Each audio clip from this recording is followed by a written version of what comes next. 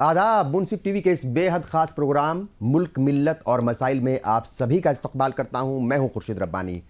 आज मुल्क के मुस्लिम नौजवान तबके की बात होगी, उस तबके की बात होगी जिसके कंधों पर इस मुल्क का मुस्तकबिल है। बड़ी जिम्मेदारी होती है नौजवान तबके की, उन्हें आगे जाना होता है। और मुस्लिम नौजवान तबके के बारे में अक्सर कई बार जो है वो इस तरह की बातें होती हैं कि क्या वो फोकस्ड नहीं है और क्या वो डायरेक्शन लेस है, क्या वो एजुकेशन के मामले में उतना आगे नहीं बढ़ पा रहा है जितना उसे बढ़ना चाहिए, और उसके आइडियल कौन है, क्या फिल्मी हीरो उसके आइडियल हैं, क्या पॉलिटिकल लीडर्स उसके आइडियल हैं, या फिर जो शख्सियतें हैं इस मुल्क की, कौम की, वो आइडियल क्यों नहीं बन पाती। बहुत सारे मसले मसाइल हैं और कई बार मुस्लिम नौजवान अगर फोकस्ड नहीं है और अगर वो डायरेक्शन लेस है तो कैसे सही रास्ते पर आए, कैसे वो इस मुल्क की तरक्की का हिस्सा बने, कैसे वो कौम की तरक्की का हिस्सा बने, कैसे वो खुद भी आगे बढ़े, मुल्क को भी आगे ले जाए और कौम को भी आगे ले जाए। इन तमाम मसलों पर बात करेंगे। कई खास मेहमान मेरे साथ जो है वो जुड़ चुके हैं। एक एक कर मैं तारुफ कराता हूं। हमारे साथ हैं डॉक्टर हफीजुर रहमान साहब, आप खुसरो फाउंडेशन के कन्वेनर हैं, इस्तकबाल है आपका। इनके अलावा हमारे साथ हैं अलीगढ़ मुस्लिम यूनिवर्सिटी स्टूडेंट यूनियन के साबिक सदर मशकूर उस्मानी साहब, आपका भी इस्तकबाल है। दुबई से डॉक्टर हलीमा सादिया साहिबा हमारे साथ जुड़ चुके हैं जो एजुकेशनिस्ट हैं, आपका भी इस्तकबाल है। और इन सब के अलावा वीमेन एजुकेशन पर काम करने वाली डॉक्टर सबिस्ता गफ्फार साहिबा भी हमारे साथ जुड़ चुकी हैं। तमाम मेहमानों का मैं इस्तकबाल करता हूँ। और पहले सवाल के लिए डॉक्टर हफीजुर रहमान साहब मैं आपके पास ही आता हूँ। बकौल फिराक गोरखपुरी साहब वो कहते हैं कि रात भी, नींद भी, कहानी भी, हाय क्या चीज़ है जवानी भी। तो जाहिर तौर पर नौजवानों की बात हो रही है और नौजवानों को यही कहा जाता है उनके बारे में कि वो आने वाले कल की उम्मीद हैं और इस मुल्क की डायरेक्शन क्या होगी, ये मुल्क किस सिमत में जाएगा, कहाँ जाएगा, कितनी तरक्की करेगा, कैसे आगे बढ़ेगा। जाहिर तौर पर ये जो बड़े हैं, जो बुजुर्ग हैं, उनके साथ साथ नौजवान नस्ल की भी ये जिम्मेदारी है। तो कैसे देखते हैं हम जब मुस्लिम तबके की बात करते हैं और मुस्लिम तबके के नौजवानों की बात करते हैं तो मुस्लिम नौजवान जो है वो आपको कहाँ खड़ा हुआ नजर आता है?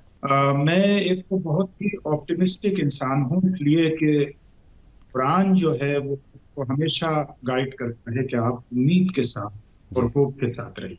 और मुझे ये उम्मीद ही नहीं बल्कि पूरा यकीन है कि जो इंडिया के डेवलप्ड कंट्री बनने का विजन है 2047, जिस वक्त हम 100 साल अपने देश की आज़ादी के पूरे करेंगे, यकीनन दुनिया के नक्शे पे सबसे अहम तरीन मुल्क हिंदुस्तान होगा।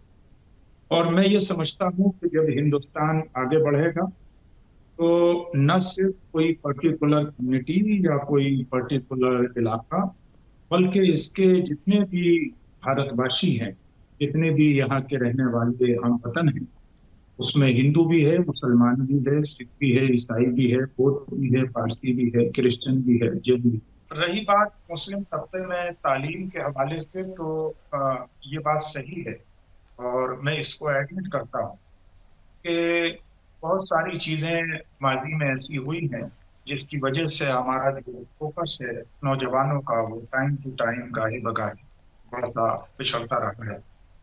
हमारे पास इज्तिमाई क़यादत की यकीन बनी रही है, लेकिन जिस कम्युनिटी के पास तालीम के मैदान में सर सैयद अहमद खान और डॉक्टर जाकिर हुसैन जैसा मॉडल मौजूद हो हिंदुस्तान में, उन्हें होपलेस होने की जरूरत।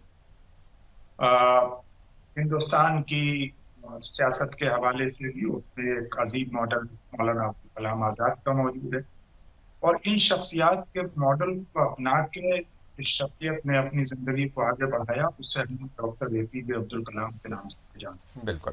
और नौजवानों में भी आज रिक्शे वाला हो, मजदूर हो, ममचा लगाने वाला हो, ठेला चलाने वाला हो, उसकी आरज़ू ये है कि उसका बच्चा उससे आगे जाए, उसका बच्चा तालीम याफ्ता हो, उसका बच्चा IAS IPS बने, इंजीनियर बने, डॉक्टर बने, अपने देश की भी सेवा करे, अपने समाज की भी सेवा करे। बिल्कुल ठीक है। इसलिए कि कौमें और तारीख उन्हीं को याद रखती है जो कौमें बैगर या लाइबिलिटी नहीं बल्कि एसेट साबित होती हैं और कंट्रीब्यूट करती हैं।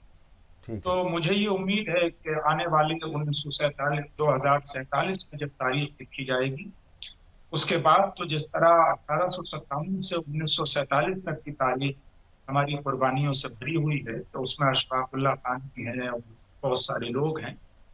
तो इसी तरह 2047 में जब ये मुल्क सुपर पावर बनेगा तो इंशाल्लाह इसमें कंट्रीब्यूटर हम आप भी होंगे और हमारी आने वाली नस्लें भी। बिल्कुल ठीक है। मैं डॉक्टर शविस्ता गफ्फार जी आपके पास आऊँगा, चूँकि आप जो हैं वो एजुकेशन की फील्ड में काम करती हैं और ख़ास तौर से जो गर्ल्स एजुकेशन है, वीमेन एजुकेशन है, उनको एजुकेट करने का काम करती हैं, उसमें आप काम कर रही हैं। बड़ा मैदान है ये ज़ाहिर तौर पर। और मुस्लिम तबके की बात होती है तो कहा जाता है कि वो तालीम की कमी तो है ही, मगर अगर ख़वातीन की बात करें, वीमेन एजुकेशन की बात करें इस तबके के अंदर, वो थोड़ा सा पिछड़ जाता है या पीछे रहते हैं। और जो लड़कियां हैं, मुस्लिम लड़कियां हैं, अब हम देखते हैं कि वो तालीम के मैदान में आगे बढ़ रही हैं। लड़कों के मुकाबले मतलब जो है वो थोड़ा सा 2 कदम आगे ही दिखती हैं हर एक मैदान में। ओवरऑल किस तरीके से आप देख रही हैं? अगर पहला रिएक्शन मैं चाहूँ इस मसले पर, जो मुस्लिम नौजवान है इस मुल्क का, जैसे मैंने पहले ही कहा था कि कई बार ऐसे इल्ज़ाम लगते हैं या कई बार ऐसा कहा जाता है कि वो फोकस्ड नहीं है और वो डायरेक्शन लेस है, तो क्या आप इत्तेफाक रखती हैं? देखिए खुर्शीद साहब, मैंने तालीम निस्वां पे जो काम हो रहा है या जो किया है, मुझे लग रहा है कि बहुत सारा बदलाव आया है उसमें। अच्छा। गर्ल्स अब एडमिनिस्ट्रेटिव में मतलब बहुत जो टफेस्ट एग्जाम्स है, जो एडमिनिस्ट्रेटिव पोस्ट है, जो पुलिस का पोस्ट है, बाकी सारी टेक्नोलॉजी है, ह्यूमैनिटी है, बहुत सारी जगहों पे न सिर्फ उस मैदान में जा रही हैं बल्कि वो एक्सेल कर रही है उस फील्ड में। अगर बहुत सारे मैंने जो काम किया है एजुकेशन इंस्टीट्यूशन के साथ भी, काफी सारा कंट्रीब्यूशन है मुस्लिम तालीमी इदारों की, जिन्होंने वो अपॉर्चुनिटी ओपन की जिनके पास सादात नहीं थे हायर एजुकेशन को जाने के लिए या प्रोफेशनल एजुकेशन को परस्यू करने के लिए। तो वो अपॉर्चुनिटी खोल दी गई है और उसमें जा रहे हैं वो सब। अगर कहीं कमी है, वो अभी भी जो एक मुसलमानों का, हम मुसलमान नहीं कह सकते हैं, जो औरत है वो माइनॉरिटी विद इन माइनॉरिटी है हर सोसाइटी में। उसके जो एवेन्यूज है उसके भी बहुत सारे वजूहात है, अर्ली मैरिज होता है या बहुत सारे सिबलिंग्स होते हैं, तो उसमें प्रेफरेंस दी जाती है कि लड़के को पढ़ना चाहिए, लड़की को ज्यादा नहीं पढ़ा सकते हैं।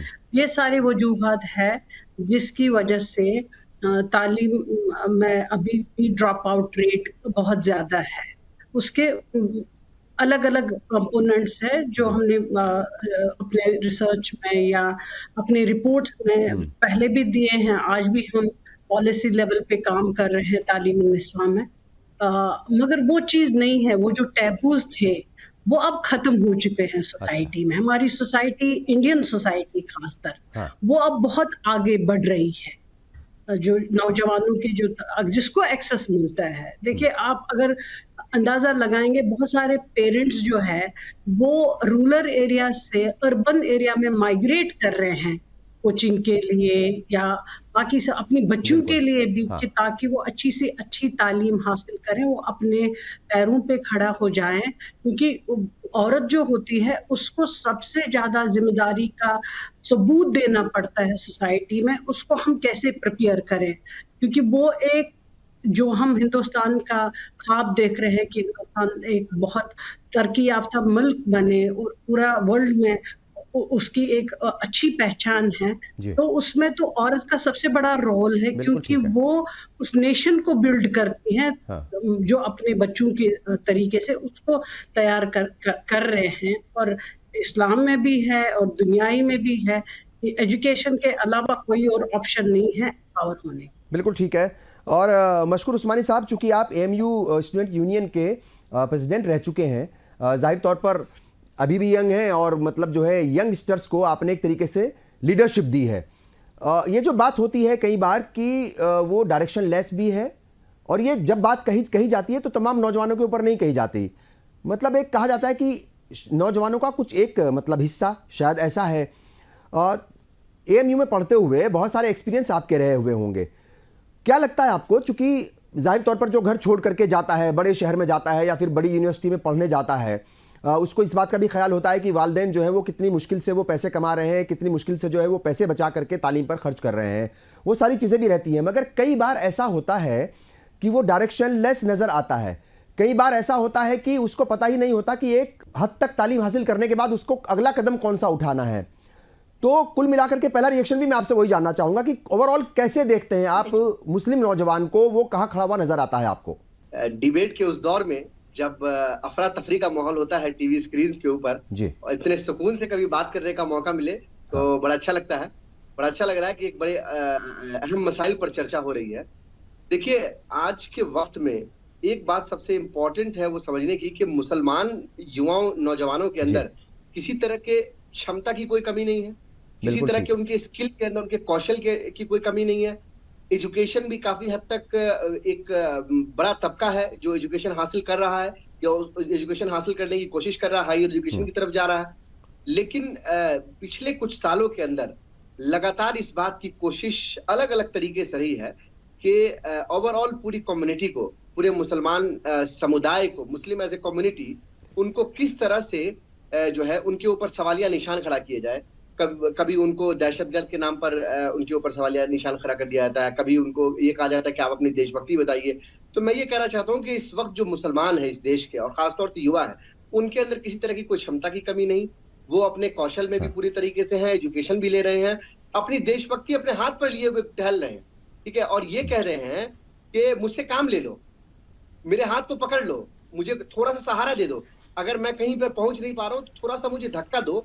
लेकिन अलमिया यह है कि इस वक्त कोई हालात पूछने वाला नहीं है, कोई हमारे हाल को नहीं पूछने वाला है। नहीं सरकार हमारे हाल को पूछने वाली है, नहीं आप देख लीजिए कि कॉर्पोरेट सेक्टर की अगर आप बात करेंगे तो वहां भी हमारे हालों को कोई पूछने वाला नहीं है।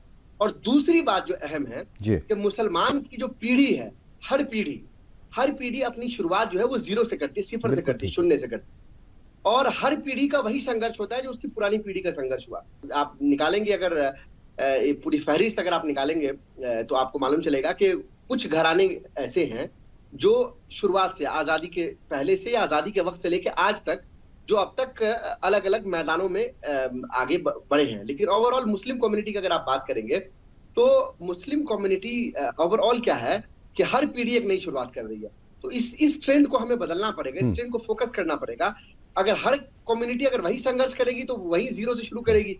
तो जहां पे दूसरे लोग अगर 50 पे पहुंच गए, 100 मीटर की रेस है, अगर 100 मीटर की रेस में अगर एक जनरेशन 20 कवर करती है, दूसरी 30 कवर करती है, तो थर्ड जनरेशन को 50 से आगे बढ़ना है। लेकिन हमारे साथ क्या हो रहा है कि हमारी सारी जीरो से ही करना है स्टार्ट आपको जी। तो इसीलिए ये एक बहुत बड़ा चैलेंज है। इस चैलेंज को हम कैसे इसका सॉल्यूशन निकालें, इस पे भी जो है चर्चा होनी चाहिए। लेकिन मैं ये कहना चाहूंगा कि मुसलमानों के लिए मंजिल अभी बहुत ज्यादा दूर नहीं है, बेहद रास्ता बिहड़ है, ये मैं मानता हूं कि बहुत बिहड़ रास्ता है। लेकिन युवाओं के अंदर हिम्मत है, नौजवानों के अंदर हिम्मत है, उन्होंने हिम्मत नहीं हारी है। और मुझे लगता है कि नौजवान जो है वो अपनी हिम्मत को से आगे बढ़ेंगे और इस बिहड़ रास्ते को जो है वो आसानी से पार करने की कोशिश करेंगे। लेकिन इसके अंदर सरकार की मदद, इसके अंदर सोशल ऑर्गेनाइजेशन की मदद, और जो हसास लोग हैं जो ऑलरेडी 100 मीटर की रेस में 90 पे खड़े हैं, उनको ये देखना है कि जो लोग जीरो पे खड़े हैं उनको हाथ पकड़ के कैसे आगे बढ़ाना है उनको, या कैसे उनको आगे लेकर के जाना है। बिल्कुल ठीक है। डॉक्टर हलीमा सादिया साहिबा, जब आप वहां से बैठ करके देखती हैं, सोशल मीडिया के जरिए, टीवी के जरिए, अखबार के जरिए या दूसरे जराए के मुताबिक आपको खबर लगती है मुस्लिम तबके की अलग अलग मौकों पर, चाहे वो नूपुर शर्मा का मामला हो या फिर जो है उससे पहले NRC CA का जो मसला था उस पर मुस्लिम नौजवान जो है वो बढ़ चढ़ करके हिस्सा लेता है। जितने भी मतलब तहरीक होती है उसमें हो सकता है कि वो थोड़ा सा इधर उधर भटक जाता है, डायरेक्शन लेस कई बार दिखता है वो, या ऐसा लगता है कि उसकी कोई क़यादत नहीं है, मगर वो बढ़ चढ़ करके उनमें हिस्सा तो लेता है। जब आप दुबई में बैठ करके देखती हैं हिंदुस्तान के मुसलमानों को, तो क्या कुछ पाती हैं, क्या कुछ जो है वहां पर एहसास होता है आपको? जो आज के मुसलमान नौजवान हैं आज के, उनकी मैं पहले तारीफ करना चाहूंगी, क्योंकि उनके अंदर हिम्मत है, हौसला है, उनके अंदर आगे बढ़ने की क्षमता है, उनके अंदर जज्बा है। लेकिन कहते हैं ना कि खिरत को गुलामी से आजाद कर, जवानों को पीरों का उस्ताद कर। अल्लामा इकबाल ने यह कहा है कि खिरत को गुलामी से आजाद कर, जवानों को पीरों का उस्ताद कर। तो ये जो खिरत की गुलामी है, इसे मैं समझती हूँ कि इसे कहते हैं हम क्लोज माइंडसेट। तो जो जरूरत जिस बात की है वो क्या है कि एक ग्रोथ माइंडसेट की जरूरत है कि अगर कोई दरवाजा हमें बंद नजर आता है, कहीं पे रास्ते बंद नजर आते हैं, कहीं पे हमें ऐसा लगता है कि हमारा साथ नहीं दिया जा रहा है, लोग हमारे साथ नहीं चलने को तैयार नहीं है, हमारा हाथ पकड़ने को तैयार नहीं है, तो सिर्रे आदम है ज़मीरे कुन फका है जिंदगी, अपनी दुनिया आप पैदा कर अगर जिंदों में है। तो यहाँ पे जरूरत इस बात की है कि हम अपनी दुनिया आप पैदा करने की कोशिश करें। क्योंकि अगर खुदा एक दरवाजा बंद करता है तो बहुत से दरवाजे खोलता है। बिल्कुल ठीक। तो आज का जो मुसलमान नौजवान है, माना कि हायर एजुकेशन में उसकी परसेंटेज थोड़ी सी कम हो गई है पहले के मुकाबले में, जो सर्वे की रिपोर्ट है, लेकिन उससे नाउम्मीद होने की जरूरत नहीं है। अगर जहां एक तरफ हायर एजुकेशन में उनकी परसेंटेज कम है, वहीं पे हम देखें यूपीएससी में उनकी परसेंटेज ज्यादा भी हुई है, तो ये एक बहुत ही खुशाइंद बात है। तो हमें ऐसा लगता है कि ये तरजीहात की यहाँ पे बात की जाए कि अब हमारी तरजीहात क्या है। हाँ, जो कॉमन मुसलमान नौजवान है, वो कॉमन मुसलमान नौजवान किधर जा रहा है। आप देखेंगे कि ज्यादातर नौजवान अब हमारे जॉब्स के बजाय वो अपने स्टार्टअप्स में या अपना काम शुरू करने में या अपने बिजनेस की तरफ उनका रुझान बढ़ रहा है, क्योंकि उन्होंने ये समझ लिया है कि हमें पानी की तरह अपना रास्ता खुद निकालना है। अगर एक रास्ता, एक तरफ अगर चट्टान है और हम उससे टकराने का हौसला नहीं रखते हैं, तो हम अपना रास्ता बदल करके दूसरे रास्ते पे चल पड़ते हैं। तो इस तरह से एक और बात मैं यहाँ पे कहूंगी, वो ये है कि तदबीर के दस्ते जर्री से तकदीर दरख्शां होती है। कुदरत भी मदद फरमाती है जब कोशिश इंसान होती है। तो ये जो तदबीर है, इसको कहते हैं स्ट्रैटेजीज। बिल्कुल ठीक। हमारे जो यहाँ पे बुजुर्ग हैं या जो हमारे नौजवान नस्ल की जो अगली पीढ़ी के लोग हैं, उनकी यहाँ पे जरूरत आती है कि वो एक स्ट्रैटेजीज बनाएं। इस बात को मैं मानती हूँ कि हमारे यहाँ कोई एक लीडरशिप नहीं है। हमारे यहाँ मुख्तलिफ लीडर्स हैं जो मुख्तलिफ राहों पे गामजन है, मुख्तलिफ मशवरों से नौजवानों को नवाजते हैं, जिसकी बना पे कभी कभी हमारा नौजवान कंफ्यूज भी हो जाता है। कभी कभी उसे यह एहसास नहीं होता है कि वो चलता हो थोड़ी दूर हर एक राह के साथ, पहचानता नहीं हुआ अभी राहबर को मैं, कि उसे मालूम नहीं है कि किस रास्ते पे जाना है और किसके को ये बड़ी अहम बात कही है।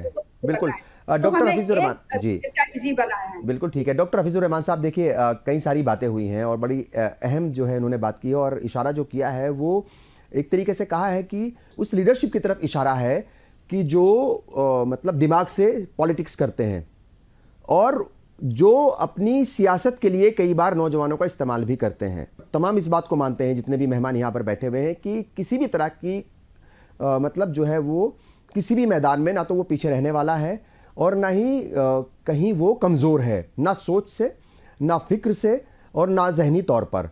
मगर जाहिर तौर पर डायरेक्शन होती है, जाहिर तौर पर ये होता है कि भाई आपको क़यादत किसकी है वो भी बड़ी इंपॉर्टेंट है। कई बार जो है वो रोल प्ले करते हैं बयानात, लीडर्स के बयानात। अभी कुछ दिन पहले हम देख रहे थे जब मस्जिद का मामला चल रहा था तो असदुद्दीन ओवैसी कह रहे थे कि नौजवानों तुम्हारी जिम्मेदारी है, आगे आओ, मस्जिदों को बचाना है। जो है मौलाना तौकीर रज़ा साहब कह रहे थे कि अगर नौजवान वो मतलब जो है वो डायरेक्शन लेस हो गया या वो काबू से बाहर हो गया तो जंग के हालात पैदा हो जाएंगे। मुस्लिम नौजवान की अगर हम बात करें वो कई बार वो जज्बाती नज़र आता है, चाहे वो सीए एनआरसी का मसला हो उस वक्त देख लीजिए आप, चाहे वो नूपुर शर्मा का जो मामला था उस वक्त की जो है मतलब जद्दोजहद देख लीजिए, या उस वक्त का जो हंगामा हुआ था वो देख लीजिए, फिर कितने जो है उनके ऊपर पुलिस केस बने, कितना नुकसान हुआ, क्या कुछ हुआ, वो तमाम सबके सामने है। ऐसा देखा गया था कि मुस्लिम नौजवान जो है वो जोशीला है, बहुत जज्बाती है, वो नारों में बह करके, जज्बात में बह करके और मतलब जो है वो मैदान में उतर जाता है। मगर वो एक तो वही बात मैं फिर रिपीट करूंगा, डायरेक्शन लेस होता है। दूसरी बात, उसके ऊपर कोई क़यादत नहीं होती, क्योंकि अगर होती भी है तो वो भी बटी हुई रहती है। सोचो फिक्र जो है वो अलग अलग सोचो फिक्र के लोग होते हैं, अलग अलग आइडियोलॉजी के जो है वो लोग होते हैं, तो किसी एक डायरेक्शन में इसी वजह से शायद वो फिर आगे नहीं बढ़ पाता। देखिए बिल्कुल मैं आपकी बात से इत्तेफाक करता हूँ और हमारे तीनों जो पैनलिस्ट हैं उन्होंने अलग अलग मौजू को अपनी गुफ्तगू में उठाया है और तीनों ने बड़े इम्पोर्टेंट इश्यूज को रेस किया। देखिए जज्बात का ये जो पॉलिटिकल प्लेटमेट है ये बंद होना चाहिए जी। और मुझे ये मानने में कोई ताल्लुक नहीं है कि इसमें कहीं ना कहीं पिछले कुछ सालों में कमी आई है कि मुस्लिम नौजवानों ने ये जरूर महसूस कर लिया है कि हमारे पॉलिटिकल जज्बाती नेताओं के बयान मेरे घर में रोशनी नहीं लाएंगे, मेरे बच्चे को तालीम से नहीं जोड़ेंगे, बल्कि मेरी मेहनत, मशक्कत, मेरा संघर्ष, मेरी हुस्न तकदीर ही मुझे आगे लेकर जाए। और जाहिर है कि उसी संघर्ष और मेहनत के जरिए हमने ये देखा कि डॉक्टर एपीजे अब्दुल कलाम जैसी शख्सियत हिंदुस्तान में पैदा हुई और उसे सिर्फ अक़लियत में नहीं बल्कि अक्सरियत ने उस शख्सियत को कबूल किया और न सिर्फ कबूल किया बल्कि उनसे इंस्पिरेशन ली और उन्हें अपने सर कांधों पर उठाया और उनका नाम हर हिंदुस्तानी बड़े एहतराम से ले। इसी हिंदुस्तान में अगर मैं नौजवानों की बात करूं तो मैं एक रोल मॉडल के तौर पर देखता हूं। मिनिस्ट्री ऑफ कल्चर में डिप्टी सेक्रेटरी हैं, 2010-11 के IAS टॉपर हैं और कश्मीर के पहले कश्मीरी मुस्लिम टॉपर हैं सिविल सर्विसेज में, जो एक नॉर्मल घराने में और एक टीचर के बेटे हैं, डॉक्टर शाह फैसल जी। तो मैं ये देखता हूँ कि जहां जहां भी आप कोशिश की, हम अपनी बस्तियों का हाल देखते हैं कि जब अल्लाह कुरान में फरमाता है वजअलना लैला लिबासन वजअलना नहार माशा, हमने रात आराम के लिए बनाई है और दिन काम के लिए बनाया है, लेकिन हमारी सुबह जो है वो दोपहर के बाद शुरू होती है। हमारी बस्तियों में, जो हमारी सेंट्रिक मुस्लिम सेंट्रिक बस्तियां हैं बड़े शहरों में, चाहे वो आप मेरठ में देखिए और जगह देखिए, जहाँ नई पुरानी दिल्ली देखिए, जाकिर नगर देखिए, हमारी पहचान और जो है वो शादियों में ज्यादा खर्चे करना, ज्यादा अल्लाह तरीन लिबास पर करना, ज्यादा खर्चे खानों पर करना, रेस्टोरेंट पर करना, अलग जगह करना। और शायद पेरेंट्स जो है वो नौजवानों से नहीं पूछते कि आप रात भर बाइकिंग करते हुए और कहाँ घूम रहे थे, क्यों इतनी ताकीर से आए। जबकि वहीं जो अदर कम्युनिटीज हैं तो बच्चे रात को जल्दी सोते हैं, सुबह को जल्दी बेदार होते हैं, स्कूल जाते हैं या अपने काम पर जाते हैं। बिल्कुल ठीक। तो ये तो मसला ये है कि तरबियत का कहीं ना कहीं हमें ये मानना चाहिए कि भुगतान बढ़ा है। हाँ, एक चीज उम्मीद ये बड़ी है, जो डॉक्टर हलीमा सादिया साहिबा ने भी कहा, शबिस्ता बख्श साहिबा ने भी कहा, हमारे उस्मानी साहब ने भी कहा कि जो नौजवान अच्छे रास्ते और अपनी मंजिलें तलाश कर रहे हैं, कि हमने खुसरो फाउंडेशन के तहत एक national doctor APJ Abdul Kalam ऐसे कॉम्पिटिशन कराया। मौजूद था how do I see my role India और माई ड्रीम। उसमें हमें तकरीबन 1000 एसेस के मुख्तलिफ स्कूल से आए। उसमें 60% से ज्यादा, ऑलमोस्ट 75% लिखने वाली जो थी वो गर्ल्स थी, और पोजीशन लाने वाली भी लड़कों से ज्यादा गर्ल्स। और उन्होंने बिल्कुल आउटस्टैंडिंग उनके विचार हैं, उनके ख्यालात हैं, जो उन्होंने लिखा है कि वो अपने देश में किस तरह से कंट्रीब्यूट करना चाहते हैं, क्या बनना चाहते हैं। और ये 14 साल से 18 साल की उम्र के बच्चों ने ये काम किया है, क्योंकि एज लिमिटेशन था, वो 14 साल से 18 साल की उम्र के बच्चे होने चाहिए। तो मुझे उनके ऐसे पढ़ने के बाद, उनके मज़ामीन पढ़ने के बाद मुझे ये लगा कि इनमें न जाने कौन आने वाले वक्त का शाह फैसल होगा, न जाने कौन आने वाले वक्त का APJ अब्दुल कलाम होगा, कौन सर सैयद बनेगा, कौन मौलाना आजाद बनेगा, कौन डॉक्टर जाकिर हुसैन बनेगा, कौन बीबी फातिमा बनेगा, कौन फातिमा शेख बनेगा। रहा ये कि ख़वातीन की एक्सेप्टेंस हमारे यहाँ बहुत, खास तौर से मुझे ये हमेशा शिकवा रहा है, खास तौर से जो हमारी मजहबी इदारे हैं या मजहबी तंजीमें हैं, उन्होंने उस बराबरी से ख़वातीन के टैलेंट और उनकी सलाहियत को कबूल नहीं किया जिस तरह कबूल किया जाना चाहिए, जिस तरह मोरक्को में कबूल किया जाता है, जिस तरह और दूसरे मुस्लिम ममालिक में, हमारे पड़ोस में बांग्लादेश में कबूल किया जाता है या इंडोनेशिया में कबूल किया जाता है। बल्कि आज 1947 के बाद इंडिया में एक कोई नाम मारूफ Islamic scholar, Muslim lady Islamic scholar का ऐसा नहीं ले सकते जिसकी जगह हर जगह पर सल्ला बोर्ड के स्टेज पर भी, जमीयत के भी और बरेली वालों के भी और मुख्तलिफ मसालिक के कोई हो, ऐसा नहीं है। बिल्कुल ठीक है। क्योंकि ये बुनियादी चीज है, हालांकि वो सलाहियत है उनके अंदर, अपनी मगर मौके नहीं मिलते या मौके नहीं दिए जाते। गवर्नर बनी है, कैबिनेट मिनिस्टर बनी है, चीफ मिनिस्टर बनी है, खुशबू शर्मा बनी है, सानिया मिर्जा बनी है, वहीदा रहमान, कुछ भी बन सकता है, अनवरा तैमूर, लेकिन बहुत सारे नाम हैं। बिल्कुल ठीक है। फुकदान है जो हमें उस तरफ भी गौर करना चाहिए, क्योंकि सबसे बड़ी यूनिवर्सिटी माँ है और सबसे बड़ा इदारा जो है घर में तालीम का भी और तरबियत का मदर है। और अगर हम आने वाली जनरेशन को बुलंदियों पर देखना चाहते हैं तो खवातीन हमारी जिंदगी में जिस हिस्से में भी हो, बेटी हो, बहन हो, बीवी हो, माँ हो, उनके साथ बराबरी का सलूक करना चाहिए, उनको आगे लाना चाहिए और बेटियों को भी उसी तरह से प्रमोट करना चाहिए जिस तरह हम अपने बेटों के लिए चाहते हैं कि वो बेटा हमारा यहाँ से लेके यूरोप और अमेरिका कहाँ भी जाए, डॉक्टर, इंजीनियर बने, अपने समाज, घर और मुल्क का नाम रोशन। बिल्कुल ठीक है।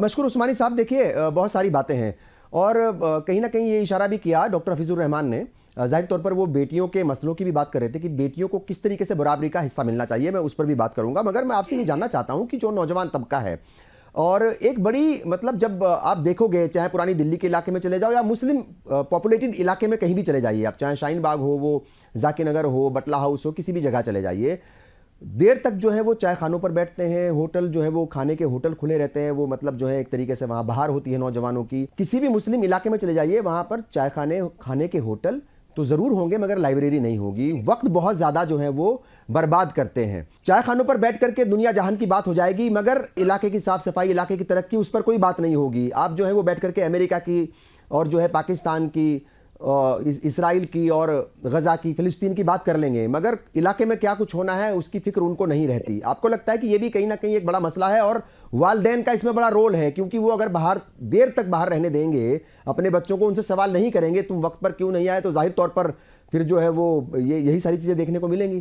जी खुर्शीद साहब, बिल्कुल आपने सही कहा। ये तो बिल्कुल लाजमी बात है कि पेरेंट्स का बहुत अहम रोल होता है। वो कहते हैं ना कि जब तक कोई भी, अगर आपने किसी को किसी भी लेवल की अगर तालीम फराहम करा दी है, अगर उस आदमी के अंदर, किसी इंसान के अंदर अगर तहजीब नहीं है, तो वो इंसान जो है वो बिल्कुल खोखला है अंदर से।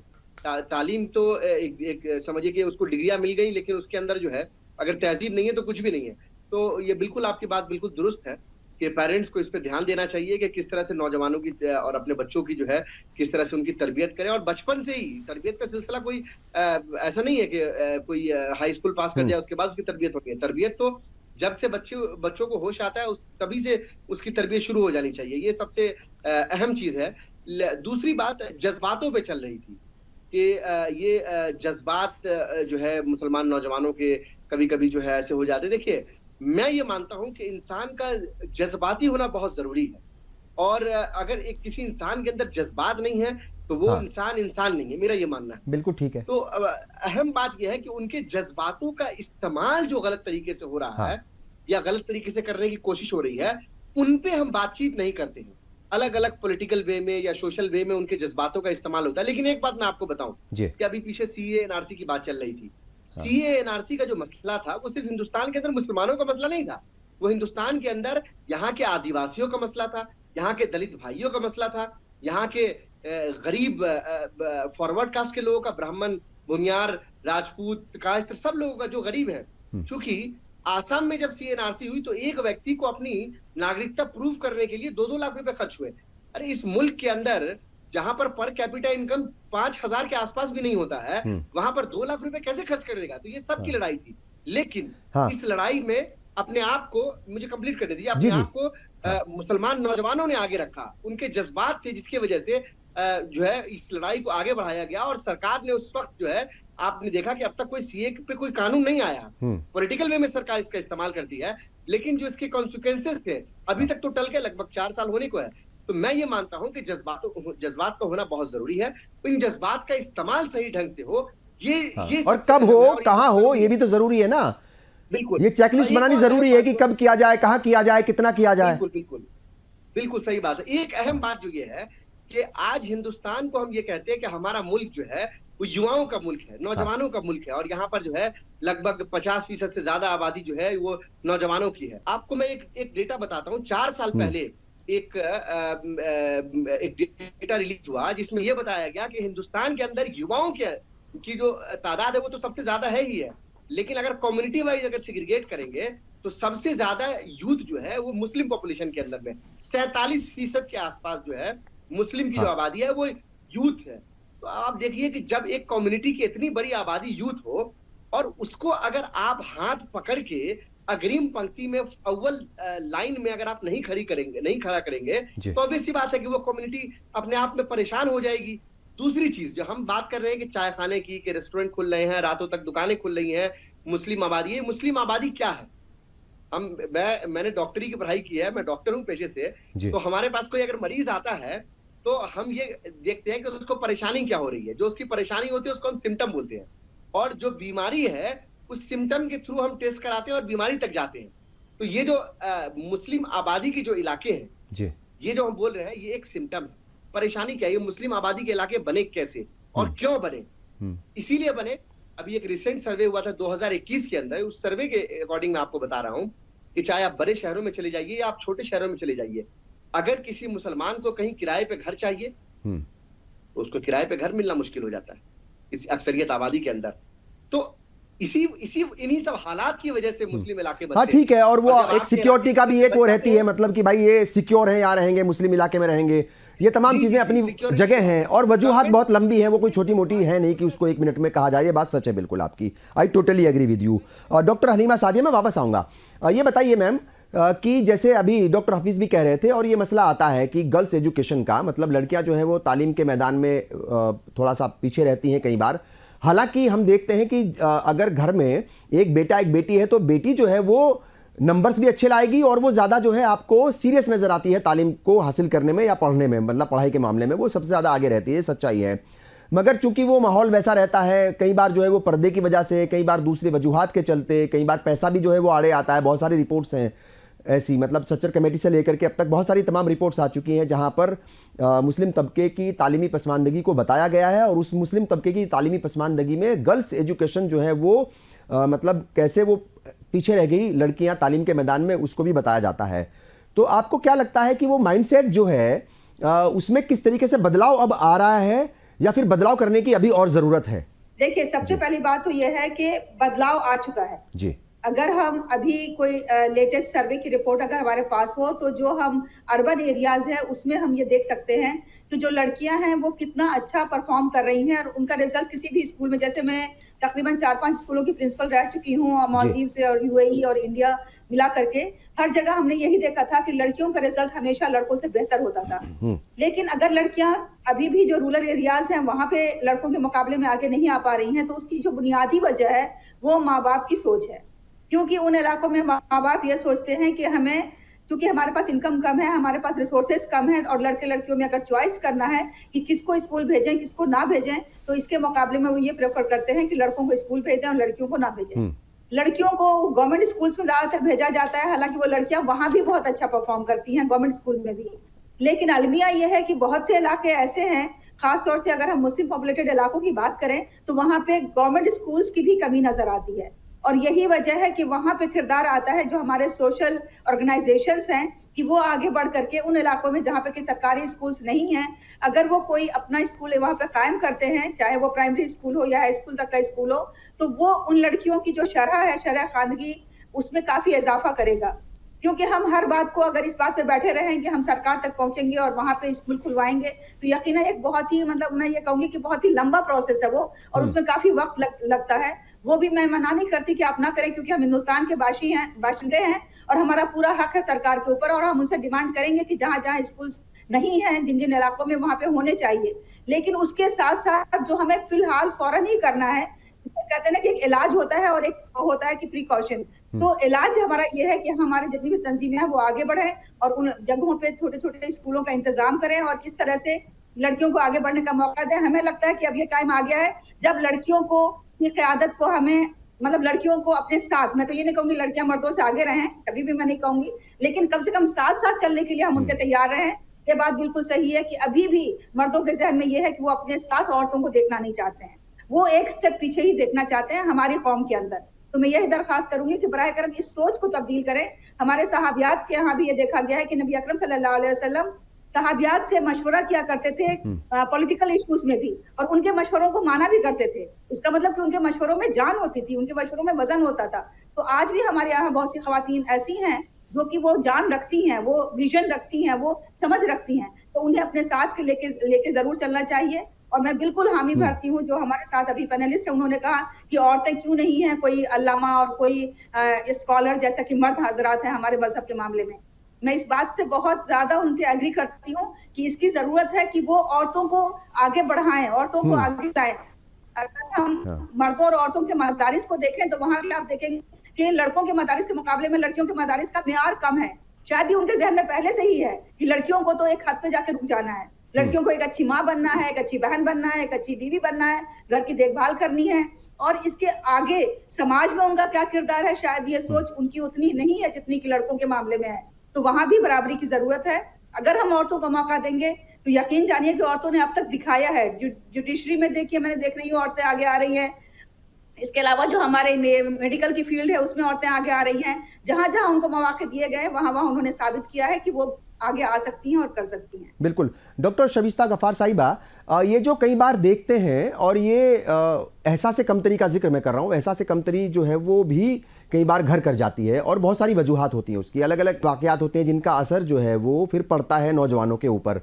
उन्हें ऐसा लगता है कि उनकी कौम के साथ जो है वो हुकूमतें जो है वो इंसाफ नहीं कर रही हैं और कहीं ना कहीं वो भेदभाव कर रही हैं, उनके साथ जुल्म ज़्यादती हो रही है। अलग अलग इंसिडेंट्स हैं कई सारे, और बहुत सारे नौजवानों को हमने देखा है कि वो लिंचिंग का भी शिकार हुए हैं। कई बार उनको मतलब पढ़ लिख लेते हैं मगर नौकरियां नहीं मिलती, अच्छे मौके नहीं मिलते, मजहब की बिना पर भेदभाव होता है जब वो नौकरी लेने जाते हैं, चाहे वो सरकारी नौकरी हो या प्राइवेट। हमेशा नहीं होता, कई बार ऐसा होता है, इस तरह की शिकायतें आती हैं। हमने देखा है कि भाई वो स्विगी से कोई खाना मंगा रहा है या जोमेटो से, या फिर जो है वो कोई ओला चलाने वाला है, इस तरह के भी वाकयात बीच बीच में आते रहते हैं कि वो मुस्लिम नाम देख करके वो उसको रिजेक्ट कर दिया या उसको जो है वो कैंसिल कर दिया, इस तरह की बातें भी हुई हैं। तो इन तमाम वजूहात के चलते वो एहसास कमतरी का शिकार भी कई बार नौजवान हो जाता है। आपको लगता है ऐसा है? और कैसे जो है वो रास्ते हो सकते हैं एहसास कमतरी से उसे बाहर निकालने के? क्योंकि अगर हम बात करेंगे प्रॉब्लम की तो सॉल्यूशन की भी कहीं ना कहीं बात करनी पड़ेगी हमें। देखिए, बिल्कुल सही है जी। जो हमारे अभी पैनलिस्ट ने बात की कि हमारे यहाँ लीडरशिप नहीं है जी, मुस्लिम लीडरशिप नहीं है। हम एक एग्जाम्पल दे रहे हैं कि केरला में ऐसे मुसलमानों के वाकई हमें नहीं सामने आ रहे हैं। अदर पार्ट खासकर हमारे नॉर्दर्न रीजन में ज्यादा आ रहे हैं। वहां पे आप देख लीजिए, वहां पॉलिटिकल एंड क्या बोलते हैं रिलीजियस लीडरशिप है, जो कि बाकी जगहों पे नहीं है। वहां का नौजवान जो है वो रोजगार में भी है, बाहर भी जा रहे हैं, खुशहाल जिंदगी है उनकी, क्योंकि वो लोग उनको बहुत ग्रूम कर रहे हैं, कैपेसिटी बिल्डिंग, वो उनको टाइम टू टाइम हर तरीके से तालीम देते हैं, एजुकेशन इंस्टीट्यूशन हो या बाकी चीजें हो। दूसरी जगह पे ऐसा नहीं हो रहा है, वहां पे विक्टिम हो रहा है हमारा नौजवान। इस वजह से उसकी जो पिक्चर जो आ रही है अब, जो अभी ये आज नहीं है कि स्विगी से या कैब से वहां पे ऐसे सारे वाक़ात आते हैं, लेकिन ये दूसरों तक हमारी जो मैसेज है वो सही तरीके से, हमारी जो पिक्चर है, हमारी जो सलाहियतें हैं, हमारी जो कंट्रीब्यूशन है, हमारी जो क्वालिटी है, वो प्रेजेंट नहीं हो रही है। हमेशा ये कहा जाता है कि हम लोग जो मुसलमान कम्युनिटी है, हम किसी एक पार्टी से बचने के लिए किसी एक को पार्टी को वोट देते हैं। आप देख लीजिए, मुझे कभी कभार जो पढ़े लिखे नौजवान हैं, हम सब मर्द जो है, औरतें जो है मुस्लिम कम्युनिटी के, आप बताइए पॉलीगामी और ट्रिपल तलाक को लेके जो दूसरे लोग बातें करते हैं, असल में तो वो इश्यू ही नहीं है। और हमारे लोग भी, हमारे जो नौजवान है, चाहे औरतें ही आती है, वो बोलती है, वो खुद नहीं अवेयर होती है, उनको खुद नहीं पता होती है। ये इसलिए है कि हमारे माशरे में, हमारे, मैं औरतों की बात कर रही हूँ, हमारे लीडरशिप में इस तरीके से कॉन्स्टिट्यूशनल राइट या इस्लामिक राइट ऑफ विमेन को कभी सोसाइटी में बोला नहीं गया, उनको ट्रेनिंग नहीं गया। देखिए, जो बाहर के मगरबी ममालिक है, in spite of having lot of challenges, जैसे हम अमेरिका की बात करें, यूरोप की बात करें, यूके की बात करें, वहां बाज़ाब्ता मस्जिदों में इस्लामिक सेंटर खोले गए हैं, और जहां पे अब जो प्रैक्टिसिंग विमेन है, एटलीस्ट उनको मालूम है कुरान की तालीम क्या है, उनके राइट्स क्या है, जिस नेशन में रह रहे हैं उसका उनको क्या हक है कंट्रीब्यूट करने के लिए। यहाँ पे एक्सप्लॉयटेशन ज्यादा है, इवन इन स्पाइट ऑफ उनके पास डिग्रियां हैं, उनके पास तालीम है, लेकिन उनके पास वो तरबियत नहीं है। वो तरबियत कहाँ आती है? विद द कम्युनिटी को तरबियत कहाँ मिलती है? लीडरशिप से। वहां हम लोग मुंतशिर हैं। इसीलिए ये नेगेटिव, हमारी लीडरशिप को मजबूत करना है और उसमें सोशल इश्यूज उठाने हैं। जो सोशल, कोई बोलता है हमें तो नहीं करना है बात ट्रिपल तलाक पे, क्यों नहीं करेंगे? भाई करनी पड़ेगी, तमाम मसलों पे बात करेंगे। अगर आप नहीं करोगे तो दूसरा आकर के कर देगा। बिल्कुल ठीक है जी। तो लेकिन उस मुस्लिम औरत को या उस मुस्लिम नौजवान को बिल्कुल अच्छी तरह से पोर्ट्रेट करना है, वो अब टाइम आया है और उस पे काम भी हो रहा है। वो अब नए नौजवान को उस तरीके से लीडरशिप को इवॉल्व करना है। ठीक है डॉक्टर इंफॉर्मेशन एंड ऑल। ठीक है डॉक्टर हफीजुर रहमान साहब, देखिए कई सारी बातें हैं। एक तो अवेयरनेस की बात है, मतलब हालांकि मोबाइल के जरिए मेरा ख्याल के बहुत सारी चीज़ों का तो पता चल जाता है। वो ठीक है, वक्त ख़राब करता है अपना रील्स देखता रहता है सुबह से शाम तक। बहुत सारे नौजवान ऐसे हैं जो वक्त ख़राब करते हैं, और बहुत सारे ऐसे नौजवान भी हैं जो मोबाइल के ज़रिए पैसा भी कमा रहे हैं रील्स बना करके। तो जाहिर तौर पर वो तो अलग अलग तरह की चीज़ें हैं, मगर जो अवेयरनेस होनी चाहिए थोड़ी बहुत तो मिल जाती है, थोड़ी बहुत ही जानकारी मिल जाती है मोबाइल से और मतलब जो है वो इंटरनेट से और तमाम मतलब ज़रियों से। मगर असल में जितनी बेदारी होनी चाहिए थी, मुस्लिम नौजवान उतना बेदार शायद नहीं हो पाया। या वो शऊर की बात हम करते हैं, कहीं सियासी शऊर है कि नहीं है, वो खुद आपने तमाम लोगों ने माना कि जज्बाती है और कहीं ना कहीं वो जज्बात में ज़्यादा बह जाता है। मगर जज्बात कब इस्तेमाल करने हैं, कितने करने हैं, कब करने हैं, कहाँ करने हैं, वो तमाम चीज़ें जो है वो जाहिर तौर पर उनको भी देखना पड़ेगा। एक चीज़ यहाँ पर और आती है इमेज बिल्डिंग की, और नौजवान तबका जो है जाहिर तौर पर किसी भी कम्युनिटी का वो एक तरीके से आईना है। ठीक है साहब, उसको देख करके, उसकी चाल ढाल को, उसके काम करने के तौर तरीके को, उसके पहरावे को देख करके, उसके बातचीत के तौर तरीके को देख करके, या वो किस तरीके से दूसरे लोगों के साथ जो है वो रिश्ते बनाता है या व्यवहार करता है, वो तमाम चीज़ों को देख करके कम्युनिटी का भी अंदाज़ा लगता है कि किस कम्युनिटी से आता है, कहाँ रहता है, अच्छे घर से है कि कैसा है, मुँह खोलते पता चल जाता है इंसान का। वैसे ही पूरे नौजवान तबके के साथ है। मगर कई बार उसके ऊपर इस तरह के इल्ज़ाम भी लगते हैं कम्युनिटी के नौजवान के ऊपर, वो लव जिहाद जैसे मसले जो हैं वो हो जाते हैं, जैसे मैंने पहले भी जिक्र किया था कि फिर वो एहसास कमतरी का शिकार हो जाता है। आपको लगता है ये मसला है कि एक तो बेदारी की कमी है, दूसरा जब उसके ऊपर ऐसे इल्ज़ाम लगते हैं, मतलब वो लव जिहाद हो या तमाम दूसरे की तरह की चीज़ें हैं वो लग जाती हैं, वो कट्टर बहुत ज़्यादा, इस तरह की बातें भी होती है कि मुस्लिम लड़के जो है बहुत ज़्यादा कट्टर होते हैं। ये अगर है तो मैं वही पूछूंगा आपसे भी कि रास्ते क्या हैं इनसे बाहर निकलने के, किस तरीके से जो है इमेज बिल्डिंग में मुस्लिम नौजवान अहम रोल अदा कर सकता है? देखिए, बुनियादी चीज तो ये है जो हमें इस्लाम, अल्लाह के रसूल की जिंदगी से मिलती है जी, कि अपने आप को हम जहां भी रहें वहां इंटीग्रेट करने की कोशिश। केरला की मिसाल डॉक्टर शबिस्ता साहिबा ने दी। केरला में यकीनन 100% लिटरेसी है, लेकिन वहां कोई 1.5 की मस्जिद अलग नहीं बनाए हुए, बल्कि वहां लोगों ने लोकल कल्चर के साथ अपने आप को इंटीग्रेट किया। हिंदू या मुसलमान जो भी हैं, उनकी जबान एक सी है, उनकी तहजीबें कमोबेश एक सी हैं, उनके मजहब जरूर अलग हैं, लेकिन जो उनका बुनियादी गोल है, उनका थॉट है, वो एक सा है। मजहबी क़यादत के एतबार से अगर हम देखें तो आप गोरा कम्युनिटी को देख लीजिए, जिसमें न कोई गरीब है, न कोई बेगर है, न कोई कंप्लीटली अनएजुकेटेड है। उनका अलग मुआशरा है, अलग लिबास है, और पूरी दुनिया में सर उठा के दी। अदर जो माइनॉरिटी है, चाहे आप पारसी कम्युनिटी जो माइक्रो स्मॉल कम्युनिटी है, सबसे छोटी माइनॉरिटी है हिंदुस्तान के अंदर, और सबसे बड़ी इकोनॉमी पे उनका कब्जा है, रतन टाटा कम्युनिटी से आते हैं। शिया कम्युनिटी में भी बहुत सारे रिफॉर्म हुए हैं, उसमें भी आपको कोई बैगर नहीं मिलेगा। अजीम प्रेम जी जैसे लोग वहां से आते हैं। जैन कम्युनिटी पूरे बिजनेस को पकड़े हुए है। स्कूलिंग एजुकेशन में आप देखिए, क्रिश्चियन कम्युनिटी जो है वो वंडरफुल है। वहीं एग्रीकल्चर में हमारे जो सिख हजरात हैं, उन्होंने अपनी मेहनत से, जाट कम्युनिटी में, मुस्लिम भी है एग्रीकल्चर। हमारी जो वेस्टर्न यूपी की बेल्ट है जहाँ से मैं और आप, ये एग्रीकल्चर बेल्ट है। तो इस तरह इधर के मुस्लिम को भी लोग कल्चर वही है जो जाटों का और मुस्लिम का मिला जुला कल्चर है। तो एक तो ये कि अपने आप को इंटीग्रेट करना जरूरी है। जैसे आलमी मंजरनामे पे हम देखें तो इंडोनेशिया में लोगों ने अपने आप को इंटीग्रेट किया। तो कल्चर, मुआशरा, ये एक अलग चीज है।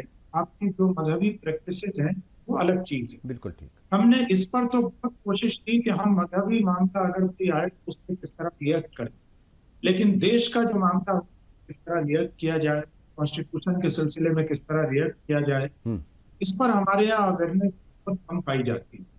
इसलिए जो डॉक्टर शबिस्ता साहिबा ने कहा कि जगह जगह मैंने देखा है, चाहे वो एशियन कंट्रीज हों या यूरोपियन कंट्रीज हों, उसमें मस्जिद सिर्फ 5 वक्त की नमाज पढ़ने के लिए इस्तेमाल नहीं होती, बल्कि वो एक कंप्लीट इंफॉर्मेशन सेंटर है, इस्लामिक सेंटर है, तालीम का, तरबियत का, अवेयरनेस का। हमारे यहाँ तो को ये भी पता नहीं होता है कि गुर्बत से बाहर निकलने के लिए गवर्नमेंट ऑफ इंडिया या स्टेट गवर्नमेंट ने कौन सी स्कीम चला रही है। हम सिर्फ ज्यादा से ज्यादा माइनॉरिटी अफेयर मिनिस्ट्री के इर्द गिर्द घूमते रहते हैं, बल्कि जितनी भी मेन मिनिस्ट्री है, चाहे वो एजुकेशन हो, सोशल डेवलपमेंट हो, जितनी भी मिनिस्ट्रीज हो XYZ, उन सारे असासों में कॉन्स्टिट्यूशन की नजर में हिंदुस्तान का मुसलमान भी उसी बराबरी का शरीक है। कभी कभी कुछ पॉलिटिकल ऐसी चीजें आती हैं कि टिट फॉर टैट चलता रहता है, हम जज्बाती सियासत का शिकार हो जाते हैं, लेकिन उसके साथ अपने गोल से कभी दूर नहीं होना चाहिए।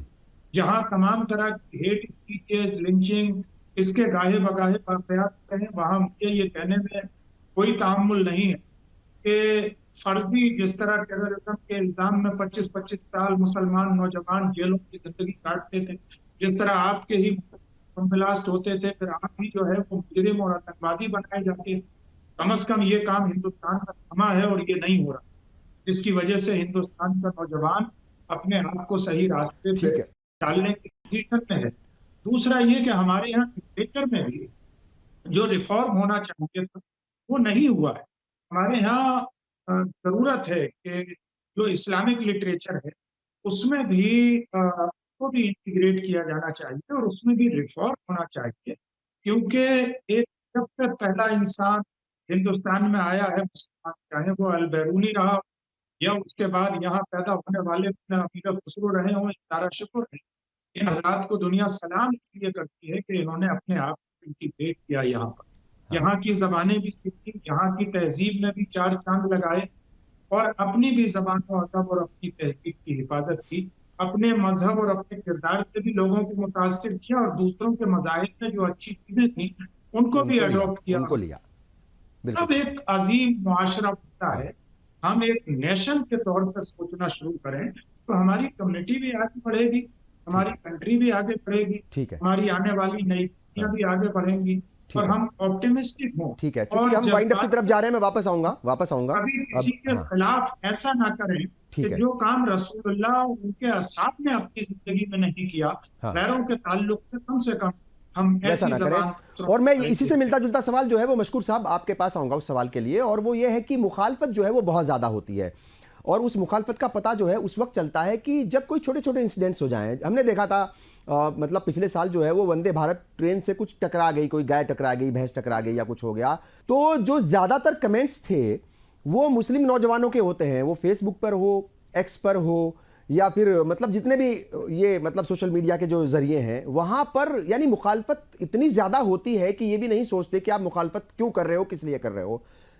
अगर आप किसी को नापसंद कर रहे हो, कोई पॉलिटिकल आइडियोलॉजी या कोई पॉलिटिकल लीडर या कोई पॉलिटिकल पार्टी जो आपको पसंद नहीं है, मत पसंद कीजिए उसको, पसंद ना करें आप, कोई बात नहीं, मगर बगैर बात के, बिना किसी वजह के, छोटी से छोटी बात को लेकर के सबसे ज़्यादा रिएक्शन जो अगर कहीं से आता है वो मुस्लिम नौजवानों की तरफ से आता है, मुसलमानों की तरफ से आता है, ओवर रिएक्टिव हो जाते हैं। आप इसको कैसे देखते हैं और इससे बाहर निकलने के रास्ते भी बताइए। सबसे पहले ये समझना है कि जो कम्युनिटी हाशिए पे खड़ी है, उस कम्युनिटी को हमें एम्पावर करने की जरूरत है। अब एम्पावरमेंट हो कैसे, ये सबसे अहम सवाल है। अगर आपको किसी भी कम्युनिटी को एम्पावर करना है, अगर सोशली एम्पावर करना है, एजुकेशनली एम्पावर करना है, तो उसको पॉलिटिकली एम्पावरमेंट कीजिए। अगर आप किसी कम्युनिटी को पॉलिटिकली एम्पावर कर देते हैं, वो सोशली भी एम्पावर हो जाएगी, वो एजुकेशनली भी एम्पावर हो जाएगी, वो एम्प्लॉयमेंट में भी एम्पावर हो जाएगी।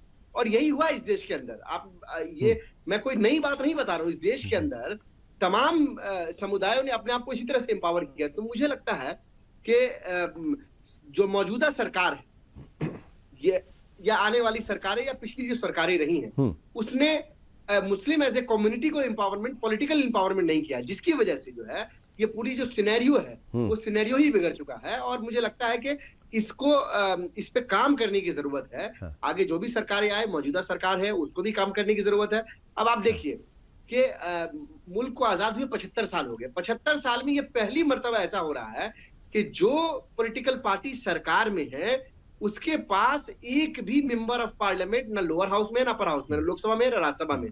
2022 के मुझे राज्यसभा में तो एक है, राज्यसभा में तो एक लेकर के आ गए हैं, ये गुलाम अली खटाना है, जम्मू से आते हैं और वो जो वहां पर जम्मू कश्मीर का जो मतलब बीजेपी पार्टी है उसी से वो जुड़े हुए हैं, लाए उनको प्रेसिडेंट के थ्रू। ये बात सच है, मगर अगले हफ्ते 10 दिन के अंदर ही उन्होंने पार्टी फिर वापस, एक तौर तरीका है ज्वाइन करने का, वो कर ली। तो एक मेंबर पार्लियामेंट है, एक तो है, मगर ये सच है ना कोई कैबिनेट में है और ना कोई स्टेट मिनिस्टर है, ये सच है। प्रेसिडेंट ऑफ इंडिया के नॉमिनेशन की बात नहीं कही मैंने, वो अलग है। मैंने लोकसभा और राज्यसभा की बात की है। जो पॉलिटिकल पार्टी पावर में हो उसके पास एक भी मुसलमान एमपी नहीं हो, माइनॉरिटी मिनिस्टर भी मुसलमानों को नहीं दिया जाए, और आप उसके बाद बात करेंगे कि मुसलमानों को कैसे इंपावर किया जाए, उनके जज्बात को कैसे कंट्रोल किया जाए, और जब तो फिर वो जज्बाती तो होगा ही। आप ये कह रहे हैं कि उसको उसका हक नहीं मिलेगा तो वो जज्बाती भी होगा, ओवर रिएक्टिव भी होगा। तो एक सेकंड, मैं बता रहा हूँ। देखिए, हम बात करते हैं समाज में शांति स्थापित करने की, समाज में पीस हो, बिल्कुल पीस होनी चाहिए, लेकिन there can not be peace without justice. If there is no justice in the society, in the system, there can not be peace. तो ये बात जानने की जरूरत है कि समाज में अगर शांति चाहिए तो हमें समाज में न्याय करना पड़ेगा, हमें समाज में अदलिया को कायम करना पड़ेगा, इंसाफ देना पड़ेगा। ये बहुत अहम मसला है, और इस मसले को हम भूल जाते हैं और फिर बाकी मसले पे बात करते हैं। एक और सवाल मेरा, बस एक और सवाल में, चूंकि मैंने कहा वक्त की कमी है, एक आइडियल मुस्लिम नौजवान के लिए आपका क्या मैसेज होगा? ये तमाम लोगों से मैं पूछूंगा, सबको जवाब देना पड़ेगा, आप भी जवाब दे दीजिए। जी, एक आइडियल मुस्लिम नौजवान जो है वो अपने देश को आगे बढ़ाने के लिए जैसे भी कंट्रीब्यूट कर सकता है। अगर वो उसने कोई तालीम हासिल की है, इल्म हासिल किया है, उस तालीम के जरिए से आप देश को आगे बढ़ाने का काम करे। अगर वो रिसर्च में है तो बेहतरीन रिसर्च करे जिससे दुनिया के अंदर जो है हमारे देश का नाम हो। अगर वो साइंस के फील्ड में है तो बेहतर साइंटिस्ट बने, अगर वो डॉक्टर है तो बेहतर डॉक्टर बने, अगर वो इंजीनियर है तो एक अच्छा इंजीनियर बने। बिल्कुल। साथ ही साथ एक अच्छा इंसान भी बने, साथ ही साथ एक ऐसा इंसान बने जो तमाम लोगों के लिए जो है रोल मॉडल हो, क्योंकि हमें अपने अंदर से रोल मॉडल भी निकालने हैं। हमारे अंदर, हमारे कम्युनिटी के अंदर मौलाना अबुल कलाम आजाद हुए, हमारे कम्युनिटी के अंदर एपीजे अब्दुल कलाम, ऐसे बहुत सारे लोग हुए जिन्होंने अलग अलग समय में, अलग अलग वक्त पर, अलग अलग महाज में जो है मुल्क का नाम ऊंचा किया, मुल्क के नाम को आगे बढ़ाने का काम किया।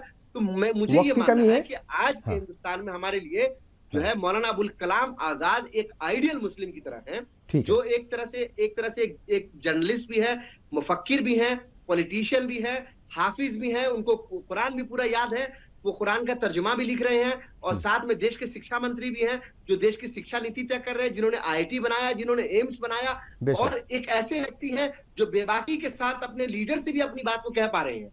आपने देखा कि किस तरह से बेबाकी के साथ उन्होंने जवाहरलाल नेहरू जी से भी अपनी तमाम बातों को रखा, और वो उस वक्त जो देश की सबसे बड़ी पॉलिटिकल पार्टी थी उस पार्टी के अध्यक्ष भी रहे। मतलब पॉलिटिकल महाज से लेके गवर्नमेंट से लेके, मगर हर कोई तो जाहिर तौर पर ये सच है वो एक आइडियल थे, इसमें कहीं कोई, और बहुत सारे लोग उनको मतलब आइडियल के तौर पर देखते भी हैं, मगर बहुत सारे लोग जो हैं आज भी वो सलमान, शाहरुख, ऋतिक रोशन या दूसरे फिल्मी लोगों को जो है अपना आइडियल मानते हैं। जाहिर तौर पर मतलब जो है ये भी कहीं ना कहीं देखना पड़ेगा कि किस तरीके से असल आइडियल को पहचाना जाए और उन्हीं की मतलब जो है राह पर, उन्हीं के रास्ते पर जो है वो चला जाए। डॉक्टर हलीमा सादिया साहिबा, बहुत सारी बातें आपने कही थी, तरजीह क्या होनी चाहिए नौजवानों की, कम से कम अल्फाज में क्या बताएंगी वक्त का ख्याल रखते हुए? जी देखिए, मैं वक्त का ख्याल रखते हुए सिर्फ इतना कहूंगी कि एक होता है सर्कल, ठीक है, उसमें होता है एक circle of concern, circle of influence और circle of control. Circle of control वो है जो चीजें हमारे इख्तियार में हैं, जिनको हम बदल सकते हैं, जिनको हम कर सकते हैं। सर्कल ऑफ इन्फ्लुएंस वो है जो चीजें हम पे असरअंदाज करती हैं, और एक होता है सर्कल ऑफ कंसर्न, जो कि हम कंसर्न तो है लेकिन हम कुछ नहीं कर सकते उनके लिए, जैसे कि हिंदुस्तान के पॉलिटिकल हालात, हम कुछ नहीं कर सकते उसके लिए। तो मैं नौजवानों को ये कहूंगी कि जो सर्कल ऑफ कंट्रोल है जो उनके अख्तियार में है, यानी कि मेहनत और ईमानदारी, ये उनके अख्तियार में है, उसको अपना हथियार बनाए और उसको लेकर के आगे बढ़े। ये जितनी भी सोशल मीडिया पे जुमलेबाजी करना है और जितनी भी अनकंसर्न चीजें हैं जिससे उनका कोई मतलब नहीं है और कुछ हासिल होने वाला नहीं है उससे, बस इस पे ही वो बदल करें, मेहनत और ईमानदारी, बस ये दो चीजें। डॉक्टर शविस्ता गफ्फार साहिबा क्या कहेंगी, आखिरी पैगाम जो है वो मुस्लिम नौजवानों के लिए इस प्रोग्राम के जरिए क्या देना चाहेंगी? देखिए, हम यही पैगाम दे देंगे कि वो तालीम के थ्रू एम्पावर हो जाए, तो उसमें शऊर आ जाता है, उससे कम्युनल हार्मोनी को प्रमोट कर सकते हैं, जो कि रोल मॉडल है प्रॉफेट मोहम्मद सल्लल्लाहु अलैहि वसल्लम। उसमें सब चीजें आते हैं, जस्टिस भी आता है उसमें, क्या बोलते हैं, हर चीज आती है। उनको रोल मॉडल बनाने की जरूरत है, तो वो आईना बनाने की जरूरत है, फिर उसको अच्छे से मुसलमान की आइडेंटिटी बरकरार रहेगी, उसकी आइडेंटिटी विजिबल हो जाएगी। डॉक्टर हफीजुर रहमान साहब क्या कहेंगे, किस तरीके से एक आइडियल यूथ आप देख रहे हैं और कैसे एक रहनुमाई जो है उनके जरिए फिर आने वाले वक्त को मिले, आने वाले नस्लों को मिले, क्या कुछ जो है वो आपके पैगाम रहेंगे, क्या कुछ सजेशंस रहेंगे? देखिए, मैं सोचता हूँ कि हर मुखालफत का जवाब काम है, और फिक्र अमल और किरदार, तालीम, इस पर जोर देने के बाद हम ये कोशिश करें कि हम अपने घर, अपने समाज, अपने देश के लिए लायबिलिटी ना बने बल्कि एसेट बने। हम बेगर ना बने बल्कि कंट्रीब्यूटर बने। और जिस दिन हम ये ठान लेंगे तो इंशाअल्लाह हम तालीम में भी अच्छा करेंगे और जिस फील्ड में भी कदम रखेंगे उसमें अच्छा करने की कोशिश करेंगे। वसीम बरेलवी साहब का ये शेर जरूर मैं कोट करना चाहूंगा, जिसका सोशल मीडिया पे लिखते वक्त भी और गुफ्तगू करते वक्त भी हम सबको ख्याल रखना चाहिए कि कौन सी बात कहाँ कैसे कही जाती है। ये सलीका हो तो हर बात कही जाती है। चलिए, बहुत बहुत शुक्रिया। तमाम मेहमानों का मैं बहुत बहुत शुक्रिया अदा करता हूं, इतने लंबे वक्त तक आप जुड़े रहे, तमाम सजेशंस दिए, तमाम मसलों पर जो है बड़ी बेबाकी से आपने बात रखी। ज़ाहिर तौर पर मुस्लिम नौजवान जो है वो कहा जाता है कि अनफोकस्ड हो गया है, डायरेक्शन लेस है, वैसा तो है नहीं, मगर कुछ इशूज़ हैं, उन इशूज़ को जो है एड्रेस करने की बेहद ज़रूरत है। और जो कौम के लीडर्स हैं, जो जिम्मेदार हैं, चाहे वो सियासी रहबर हों या फिर सियासी होने के साथ साथ समाजी रहबर हों या फिर मजहबी रहनुमा हो, उन्हें कहीं ना कहीं डायरेक्शन देने की ज़रूरत है। वो डायरेक्शन दें नौजवान तबके को, क्योंकि नौजवान तबका जो है उसके पास ना सलाहियतों की कमी है, ना जहनीत की कमी है, मौके भी हैं, तालीम भी है, तमाम चीज़ें हैं। और ये मुल्क आगे बढ़ रहा है। 2047 का एक तरीके से जो है वो एक टारगेट है प्राइम मिनिस्टर का कि कैसे जो है ये डेवलप कंट्री बनेगी। जाहिर तौर पर मुस्लिम नौजवानों को भी उसमें अपना रोल अदा करना है और बड़ी जिम्मेदारी है ये। बकौल कवि बैरागी साहब, एक उनकी जो है कविता है उसको मैं यहाँ पढ़ देता हूँ इस वक्त। नौजवान आओ रे, नौजवान गाओ रे, लो कदम बढ़ाओ रे, लो कदम मिलाओ रे, ए वतन के नौजवान, इस चमन के बागबान, एक साथ बढ़ चलो, मुश्किलों से लड़ चलो, इस महान देश को नया बनाओ रे। धर्म की दुहाइयाँ, प्रांत की जुदाइयाँ, भाषा की लड़ाइयाँ, पाट दो ये खाइयाँ, एक माँ के लाल, एक निशान उठाओ रे, नौजवान आओ रे, नौजवान गाओ रे। आपने प्रोग्राम देखा, बहुत बहुत शुक्रिया, आदाब।